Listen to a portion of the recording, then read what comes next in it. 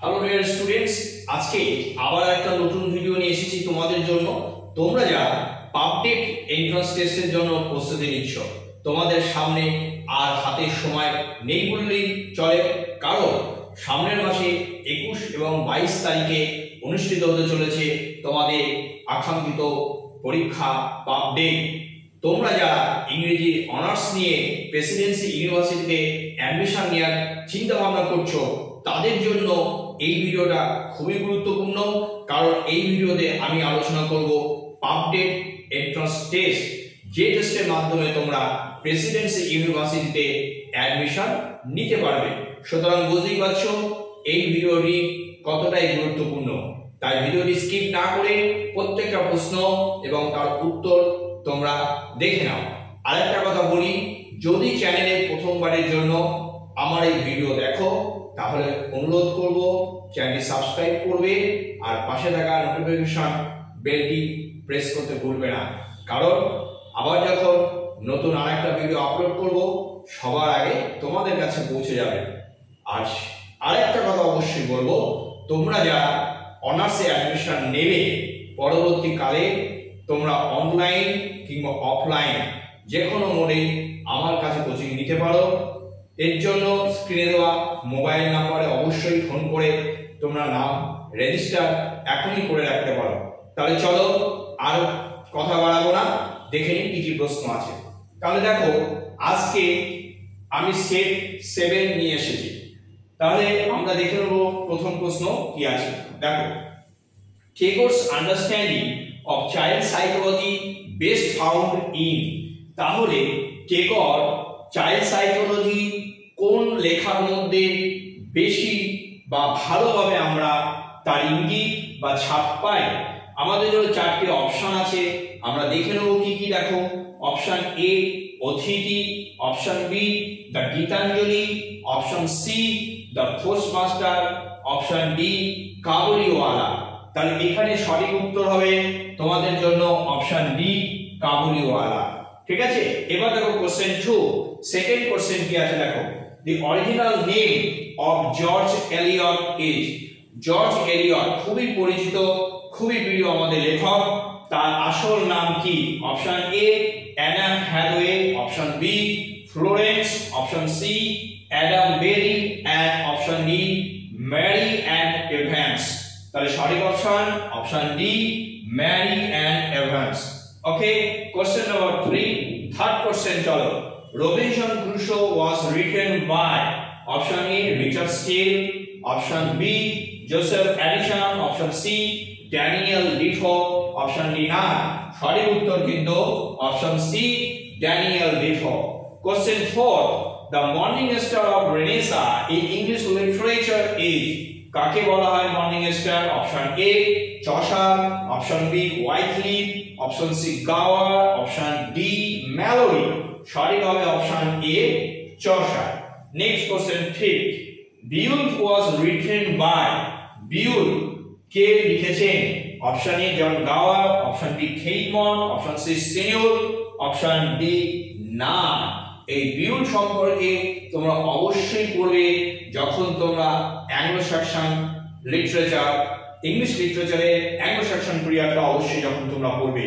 তাহলে এখানে যে অপশনগুলো আছে সেই অপশনগুলোর মধ্যে এ বি সি কোনটাই হবে না, তার কারণ বিউল কে লিখেছেন তা আমরা জানতে পারিনি বা এখনো জানতে পারা যায়নি।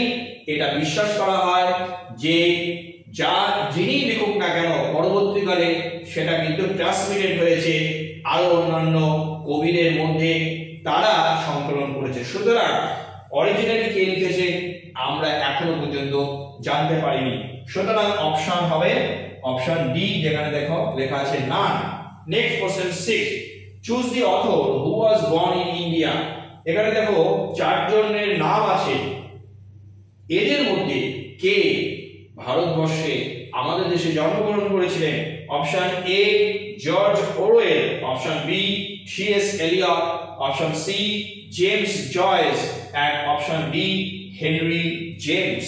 সঠিক উত্তর অপশন কোনটা হবে? অপশন এ, যেখানে দেখো লেখা আছে জর্জ ওরওয়েল।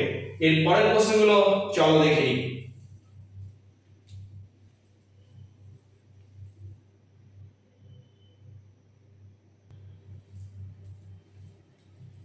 এবার চলো দেখে নেব 7 নম্বর প্রশ্ন কি আছে। দেখো question number 7, united stand divided in fall is an example of.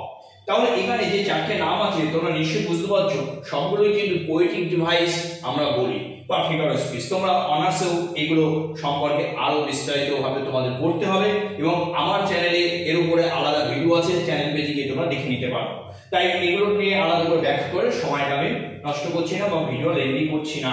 তাহলে united stand divided in fall এটা কিসের উদাহরণ? এখানে কিন্তু আমরা পাচ্ছি যেটা অপশন বি তে লেখা আছে, দেখো অ্যান্টিথেসিস। সুতরাং option B sorry. Question number 8 দেখো, what is a stanza in poetry dash in an essay. তাহলে এখানে যদি আমরা স্ট্যান্ডা, আমরা যদি পোয়েট্রি বা কবিতা যখন পড়ি তখন আমরা কবিতার মধ্যে স্ট্যান্ডা পাই, ঠিক সেই রকম আমরা এসের মধ্যে এই যে ভাগগুলো আমরা কি পাই? অপশন এ দেখো লেখা আছে ফোর, অপশন বি আছে টাইটল, অপশন সি আছে চ্যাপ্টার এন্ড অপশন ডি লেখা আছে নান। তাহলে ফুড, টাইটল, চ্যাপ্টার প্রথম যে তিনটা অপশন হবে একটা হবে না, তার কারণ তোমরা জানো ফুড কিন্তু আমরা কবিতার যে প্রত্যেকটা লাইন থাকে সেই লাইনের যে আবার যতগুলো অংশ করা হয় সেখানে প্রত্যেকটা অংশ একটা অ্যাকসেন্টেড হতে পারে এবং আরেকটা আনএক্সেন্টেড হতে পারে। এই দুটো মিলে যে কম্বিনেশন হয় সেই কম্বিনেশনটাকে কিন্তু একটা ফুড বলা হয় এবং সেই ফুড কিন্তু আবার কম্বাইন্ড হয়ে তোমরা জানো যে সেটা মিটারে পরিণত হয় বা মিটার হিসেবে বিবেচনা করা হয় এবং আলটিমেটলি সেটা একটা লাইনে তারপরে কবিতা এইভাবে আসে। তো যখন তোমরা স্ক্যানশন বা প্রস্তুতি করবে তখন এগুলো আরো জানতে পারবে। এছাড়াও আমার চ্যানেলে ভিডিও আছে, তোমরা দেখে নেবে। তাহলে এখানে কিন্তু সঠিক অপশন হবে অপশন ডি, কারণ টাইটল বা চ্যাপ্টার বুঝতে পারছো কোনোটাই না।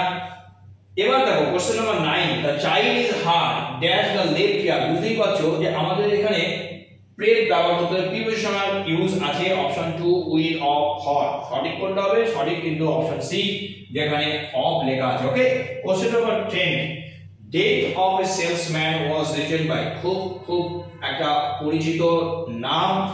এই যে ডেথ অফ এ সেলসম্যান এটা কে লিখেছিলেন? আমাদের জন্য অপশন আছে হ্যারোল্ড পিন্ডার, অপশন বি আছে জন টলস্টয়, অপশন সি আছে Arthur Miller and option D আছে গ্রিস কার্নার। তাহলে এখানে যে চারটে নাম পাচ্ছি তার মধ্যে সঠিক নাম বা অপশন আমাদের জন্য হবে যেখানে লেখা আছে দেখো আর্থার মিলার। তাহলে এই যে 10টি প্রশ্ন এই ভিডিওতে আমি আলোচনা করলাম, আশা করছি তোমাদের সামনে যে পরীক্ষা রয়েছে 20-21 তারিখে তার জন্য বা সেই প্রিপারেশনে অবশ্যই কাজে লাগবে।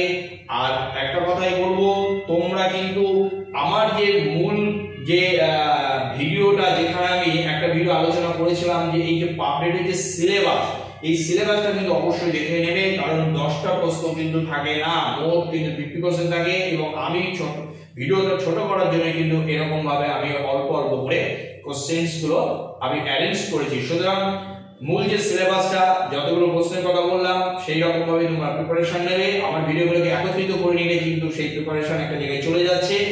আর আরেকবার বলবো, যদি কেউ তোমরা ইন্টারেস্টেড হও আমার কাছে কোচিং নেওয়া অফলাইনে বা অনলাইনে, এখনই কিন্তু নামটা রেজিস্টার করে রাখতে পারো, কারণ লিমিটেড সিটের মধ্যে আমি এই ব্যবস্থা করে থাকি। সুতরাং বুঝতেই পারছো যে সময় হাতে কিন্তু নেই। যাই হোক, তোমরা অবশ্যই ভালো করে প্রিপারেশন নেবে। আর পোয়েট্রি সেকশনটা অবশ্যই তোমরা আনসিন প্যাসেজের কথা বলছি সেটা ভালো করে প্র্যাকটিস করবে। অলরেডি আমি একটা আনসিন প্যাসেজ পোয়েট্রি থেকে সেই সেকশন থেকে দিয়েছি, আপলোড করে দিয়েছি। সেই ভিডিওটা যদি তোমরা কেউ এখনো দেখে না থাকো অবশ্যই তোমরা দেখে নেবে।